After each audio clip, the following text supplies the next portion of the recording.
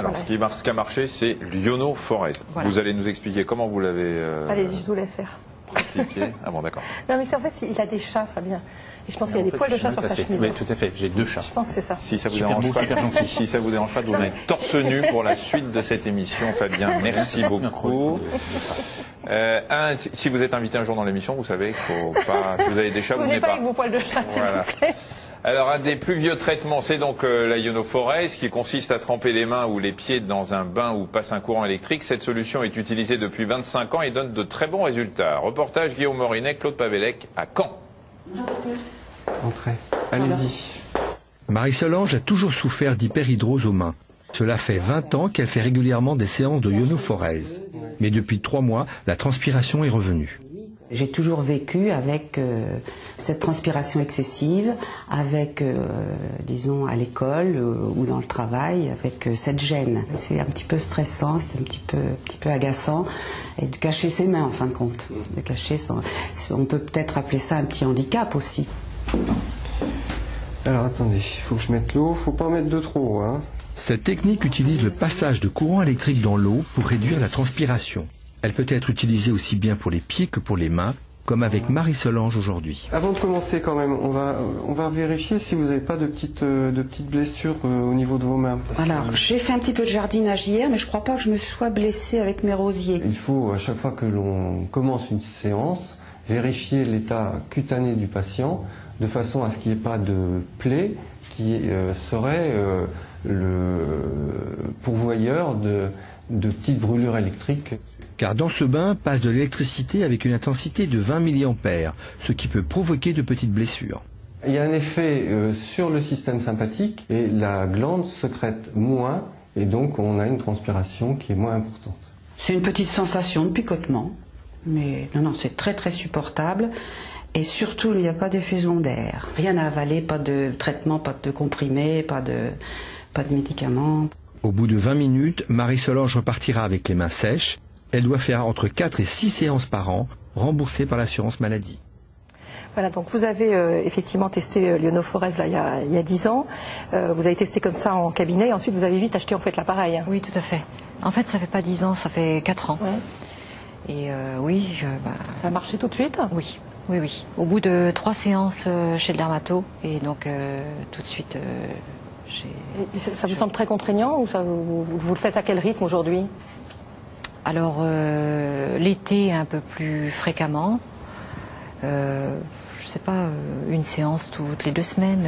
Ah oui, c'est pas très contraignant. Au départ, il y a un protocole. Oui. Voilà, il faut suivre le protocole et après, dès que vous sentez que ça revient, il faut refaire une séance ou 2. Mais quand vous dites ça revient, ça veut dire que vous avez de temps en temps encore les mains tellement moites que vous n'arrivez pas à serrer des mains ou à faire des choses comme ça, ou c'est beaucoup moins que quand vous étiez plus petite?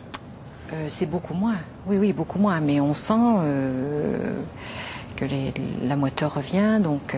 Et vous sentez que c'est en rapport aussi avec votre état de stress, de fatigue ou avec des événements de la vie qui font que vous transpirez plus ou pas? C'est accentué en tout cas, mais pas forcément. Pas forcément, mais c'est vrai qu'une forte émotion, un stress, oui. Et plus on se dit... attention, faut pas que je transpire. Voilà, c'est comme les gens qui rougissent. Voilà. Pourvu que je rougisse pas. Et hop. Mon mari transpire. Ah, pardon, vous voulez parler? J'ai un truc à dire quand je dis. Ah, pour les gens qui seraient intéressés, il existe aussi des adaptateurs pour les aisselles. Parce qu'on peut se dire, bon, très bien, mettre les pieds et les mains dans un bac d'eau, c'est faisable. Mais oui, alors il y a un truc, voilà, il y a un truc où vous pouvez faire l'oiseau. Donc ça marche aussi pour les aisselles. Donc c'est vraiment une solution intéressante pour l'immense majorité des gens.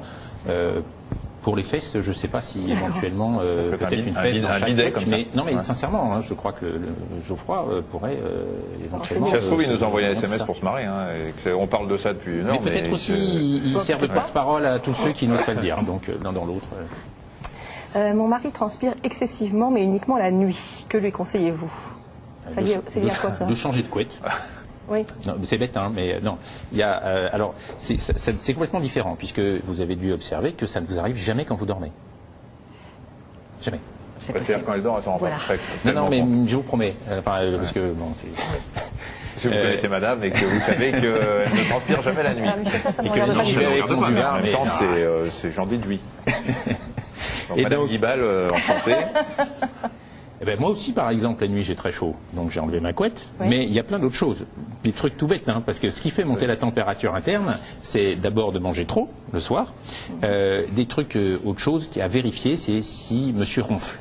Parce que ça aussi, ça augmente la transpiration, et c'est probablement un sujet dont vous avez déjà parlé, mais ce sont les apnées du sommeil qui, là, sont vraiment quelque chose qu'il faut détecter. C'est pas juste, même si ça reste important, un problème social ou esthétique, c'est un problème, franchement, qui peut être très sévère. Donc, c'est la première chose. Après, on commence par les petits moyens, et puis si ça persiste, ça vaut le coup d'aller voir si c'est pas effectivement les troubles de l'oxygénation en particulier. Il y a Juju qui se demande s'il faut s'épiler sous les aisselles. Parce qu'il demande si les poils, je ne sais pas si il ou elle, les poils influencent-ils la transpiration des aisselles? Non, rien du tout. Ça ne va rien changer en termes de quantité de transpiration. Ça va changer un petit peu en termes d'odeur éventuelle, puisque c'est probablement une question que se posent beaucoup de gens, les odeurs. Effectivement, ça augmente la quantité de bactéries potentiellement présentes. Or, ce sont les bactéries qui font apparaître l'odeur. Sans bactéries, pas d'odeur. Monique nous dit qu'elle a une aisselle qui transpire beaucoup plus que l'autre, et elle demande pourquoi. Que faire? Bon, c'est toujours les mêmes traitements, mais pourquoi ça serait déséquilibré? A priori, il n'y a pas de raison que l'une soit transpire plus que l'autre. C'est une intervention peut-être. Voilà, donc on aurait d'abord envie de voir qu'est-ce qui s'est passé avant. S'il ne s'est rien passé avant, et si c'est récent, ça vaut le coup d'aller voir un médecin pour essayer de voir si c'est pas l'expression, par exemple, du pincement, justement, de ce fameux nerf sympathique dont on parlait. Encore une question avant qu'on parle du second traitement. On nous demande à partir de quel âge on peut commencer à utiliser un déodorant? À partir de la puberté, c'est-à-dire à partir du moment où la transpiration des aisselles, puisque on a tous observé, en général c'est maman qui disait s'il te plaît, tu commences à devenir un homme, mets un déodorant. Voilà. Ça correspond à une réalité. C'est à la puberté qu'on commence à transpirer des aisselles. Avant, les glandes sudoripares des aisselles ne fonctionnent pas. Évidemment, elles fonctionnent partout ailleurs, parce que sinon on aurait un coup de chaleur. Et donc, à partir de la puberté, ne serait-ce aussi que pour le problème de cette interaction sociale, je voudrais juste préciser que cet aspect odeur est essentiellement occidental. C'est la culture occidentale. Dans d'autres cultures, l'odeur de la transpiration plus ou moins modifiée par les bactéries ne pose strictement aucun problème. C'est vraiment quelque chose d'appris.